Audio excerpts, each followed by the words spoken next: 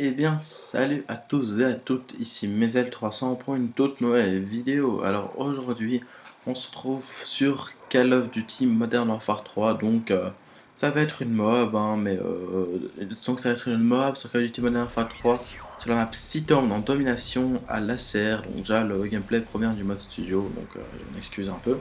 Donc ça va pas être une MOAB réalisée par moi, même si j'étais dans la partie. Ça va être une MOAB réalisée par mon ami et membre de ma team, The Dragon Z4. Donc il va faire une belle MOAB et puis un beau ratio, même s'il va pas faire énormément de kills. Vous pouvez, tout le monde pourra vous confirmer que sur un W3 faire énormément de kills c'est beaucoup plus dur que sur Black Ops 2. Alors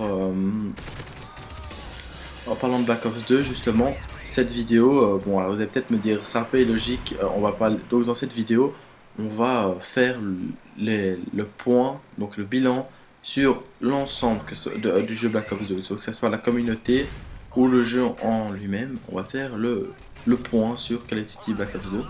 Et donc vous allez me dire, oui, c'est pas très logique que tu veuilles qu'on parle de Call of Duty Black Ops 2 et tu mets un gameplay de Modern Warfare 3 parce que je suis un peu à court de gameplay ces temps-ci sur Black Ops 2 et puis ne vous souciez pas trop du gameplay, hein, même si ça va être une belle Moab, écoutez surtout le commentaire. Alors aussi, donc je vais certainement proposer cette vidéo à plusieurs chaînes communautaires, donc je remercie s'il upload. Donc je vais directement commencer par vous dresser la liste entre guillemets. Donc il y aura il y aura trois entre guillemets titres. Donc il y aura les points positifs, les points négatifs et les points neutres. Le point neutre même. Alors donc dans les points positifs, donc évidemment aussi c'est un peu mon avis, ça reste un peu mon avis, donc surtout ne dites pas ouais moi je suis pas d'accord avec toi, etc. D'accord, c'est mon avis. Je crois que j'ai pris ces exemples-là de la communauté, sur lesquels la communauté s'est le plus plaint ou a le plus apprécié ce qu'ils ont dit. Donc, voilà, moi pour moi je trouve que c'est peut-être ce que je vais dire c'est peut-être pour tout le monde, hein, mais bon, à vous de voir après, hein. Dans les points positifs, donc je vais vous citer les points aussi les plus importants, ceux que j'ai un peu le plus remarqué. Donc dans les points positifs, déjà, un, c'est la fluidité. Donc, pour moi, sur Call of Duty Black Ops 2, la fluidité est nettement supérieure à Call of Duty Modern Warfare 3 ou Modern Warfare 2, etc. Les déplacements, on n'est pas obligé d'avoir, par exemple, conditions extrêmes pour se déplacer vite, etc. Donc, c'est franchement, moi je trouve que la fluidité, c'est un bon point, enfin, une bonne chose qu'ils ont apporté sur Black Ops. Sur Black Ops 2, excusez-moi. Alors, après, l'équivalence des armes. Qu'est-ce que je veux dire par là? C'est que sur MW3, on retrouvait les armes très très cheatées comme la CR, la MP7, qui avait quoi d'autre comme arme, la G36C, etc. Donc, ça c'était vraiment les armes cheatées, etc. Voici, c'était les armes les plus faciles. Donc voilà. Sur Black Ops 2, je trouve qu'ils ont fait un réel effort au point de vue de l'équivalence des armes. Donc, c'est-à-dire qu'on ne trouve pas vraiment d'armes beaucoup plus cheatées que les autres, à part, je dis bien, les grosses batteuses. Donc, qui elles sont. Faut même pas essayer. Celle-là, c'est vraiment c'est trop exagéré les grosses batteuses. Donc, après, les différents modes de jeu, parce que ils ont apporté quelques nouveaux modes de jeu dans Call of Duty Black Ops 2 qui étaient vraiment très bien. Donc, comme par exemple le point strat. Donc, ça, c'est dommage qu'il n'y ait pas le point strat qu'il n'y aura pas le point strat sur Call of Duty Ghost. Mais j'ai vu une vidéo où il y avait un mode qui avait l'air assez spécial, un nouveau mode aussi. Je sais pas ce que ce sera, mais on dirait presque du point strat, mais bon, on verra. On verra. Donc le point strat, il y avait aussi la formation avancée, par exemple. La formation avancée qui est vraiment ce qu'il y a de... Ce qui est vraiment pour les débutants, c'est bien parce que ça leur permet de s'entraîner avant de passer vraiment entre guillemets aux choses sérieuses. Donc aller en ligne, etc. Donc la formation avancée, c'est pas en partie privée, hein. C'est contre 3 bots et 3 joueurs. Et il y a aussi les bots, donc les bots qui vont faire qu'on va être, enfin les bots, donc ça va être hum, c'est qu'on va pouvoir s'entraîner, qu'on va pouvoir faire des modes, c'est-à-dire qu'on va pouvoir, ça va être fun, etc.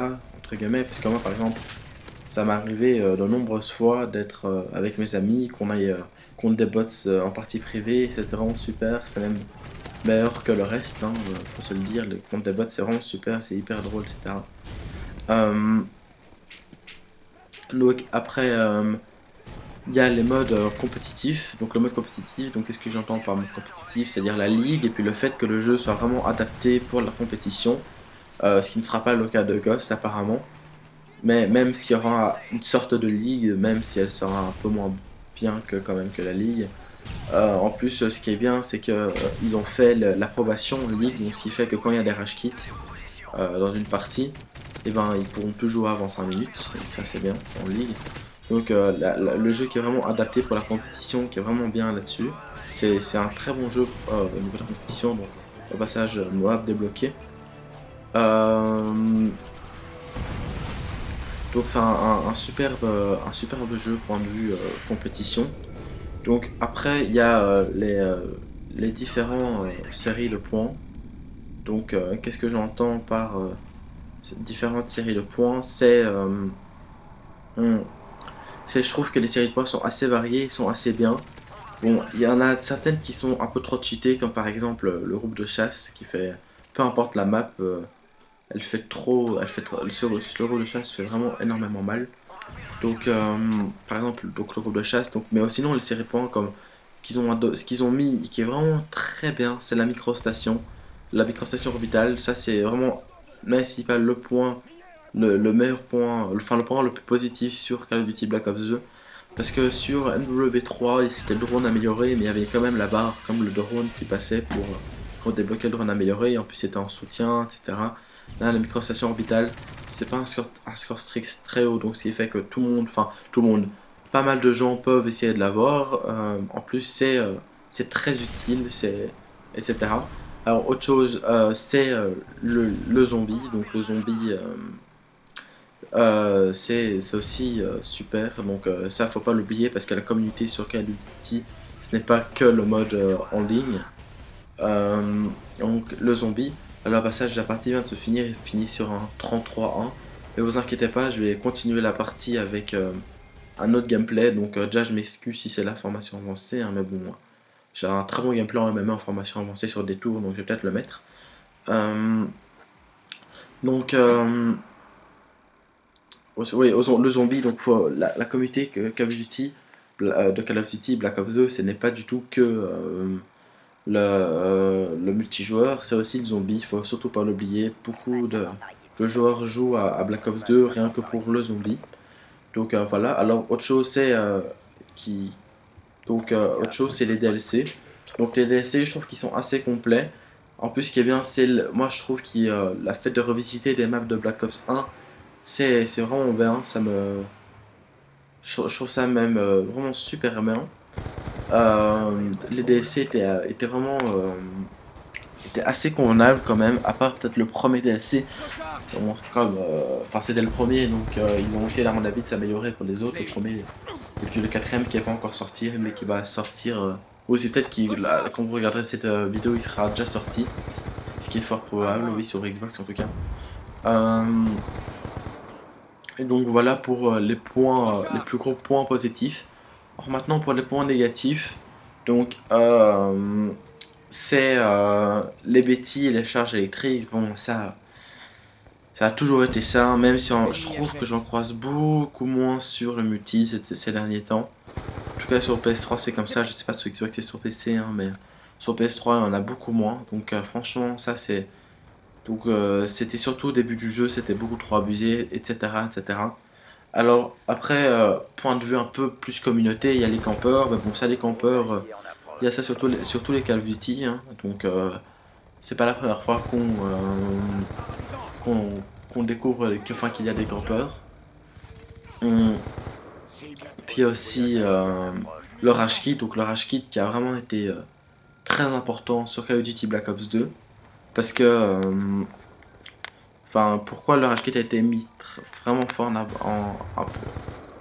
pourquoi le rage kit était très important sur Call of Duty Black Ops 2, c'est à cause d'un autre point négatif. Donc pour moi c'est les stats.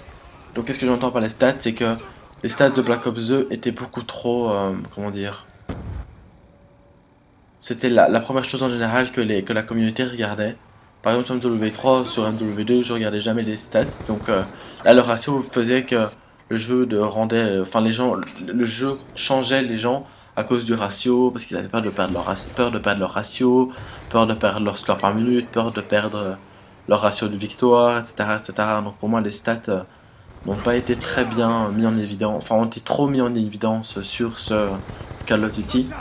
Alors après bon il y avait le boost, alors vous allez me dire que pas le boost simple, j'entends mal, enfin je veux dire le reverse boost plutôt. Donc ça aussi c'est une petite erreur de quand même